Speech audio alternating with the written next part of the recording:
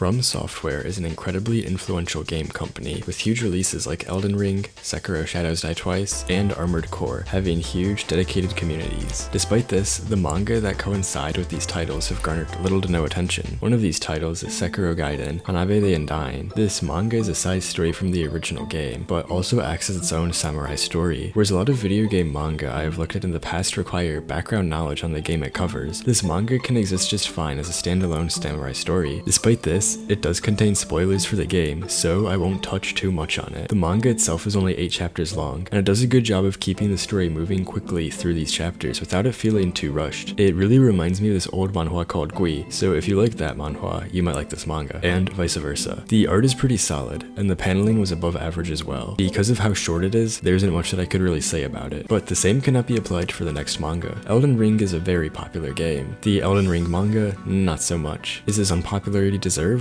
And why is it so unpopular? The manga opens with a recreation of the game's cinematic opening. The art is amazing, and I was really excited to read more. Then I saw this page, and no, I did not add the warning. From there, things go downhill. After waking up and finding flasks stuck to his behind, the protagonist goes through the maidenless stuff and begins to explore the world. Also, I know it's odd to mention the flasks, but this thing becomes a running gag for almost 30 chapters. I don't get why this manga went with this direction for the humor. The core Elden Ring audience is adult male gamers, but the humor is stuff you'd expect to find at the elementary school lunch table. Speaking of lame jokes, grafting goes from being a creepy body horror thing to a goofy hobby. It's not like that's a bad thing or anything, as it's in line with average shonen humor, but why they took this direction baffles me. Like, who is this made for? Little kids won't get the game references, story, and lore, and maybe I'm mistaken, but the people who play the game aren't really into potty and gag humor. Another issue with this manga is the protagonist's unintelligence. The joke is that the character's intelligence stat is low, therefore he is dumb, but all this does is lead to gag humor jokes. All of these jokes are pretty generic and stuff I've seen in other shonen stories. Like, Yongbi the Invincible did this stuff more than 20 years ago, and it wasn't really funny then, and it's not really funny now. Obviously, humor is subjective, so although while it's not really for me, some of you guys might really appreciate this aspect of the manga. The next issue I have with this manga is how the protagonist progresses. Due to the manga being about Elden Ring, the protagonist comes into contact with loads of bosses and other obstacles. Instead of using hard work, wits, or strength to overcome these challenges, the protagonist just gets lucky. The power of friendship, the power of friendship, and the power of friendship are all used to overcome challenges. It isn't until around 20 chapters in when the protagonist has his first real encounter with an enemy, and artistically it's pretty cool and well done. The thing is, because the protagonist had to overcome his previous challenges through luck and friendship instead of hard work, this moment really isn't rewarding to me as a reader. You can't really view this in the context of a power fantasy story either, as it's almost impossible for someone to relate to the protagonist. None of the characters really like him, and the only reason he gets respect is because of his past deeds, which were all results of luck and friendship. And his room temperature IQ is just incredibly frustrating. Obviously, a protagonist doesn't have to be relatable to be compelling, but this dude is just a meathead who got lucky, or carried, every time he faced a challenge. Despite these major flaws, there are a lot of things this manga does right. The art is unironically some of the best that's out right now. It's incredibly detailed and really projects a dark tone. There's some cool effects that do a good job of expressing movement, and the art is unique in how it looks like it was drawn with a pencil or pen or something, which adds to the gritty atmosphere. Not a lot of people really consider the perceived medium when it comes to creating tone, and I appreciate how it was used in this manga. It also adapts well to fit the humor of the story. The paneling is also pretty decent. This manga also follows the real Rani quest from the game, which is a nice nod to the fans. There are loads of references to items, skills, places, and NPCs that really show that the creators wanted to respect the source material. Despite my pretty negative review, I don't actually think this manga is too bad. It's just that the things that are bad are really bad. Based on other reviews, people seem to really like this manga. For some of these reviewers, it's like the only manga they've ever read, which is pretty cool to see. I'm glad that a manga like this could get people into the medium, especially with how good the art is, and hopefully they go on to read similar stories. Enchanted Arms is a JRPG that From Software made in the 2000s. While other games like Sekiro and Elden Ring are made for an adult demographic, this game is more for kids and teens, and the manga that came with the limited edition of the game reflects this. This manga serves as a prequel to the game, and it features a girl who meets the playable character. Together they learn about things called golems, the protagonist's power, and there's even a little bit of romance at the end. Overall, it's a pretty juvenile and goofy manga, but it's really cool that they had something like this for the game. I know that if my favorite games had promotional material like this, I'd be pretty excited too, and I think there's a lot of care and effort put into this manga for the fans. The art and paneling are pretty average for the mid-2000s, so unless you're a big fan of of Enchanted Arms. Overall, I wouldn't really recommend this manga. The final From Software manga is the Armored Core manga. I was pretty disappointed by this one. Despite it being only 5 chapters long,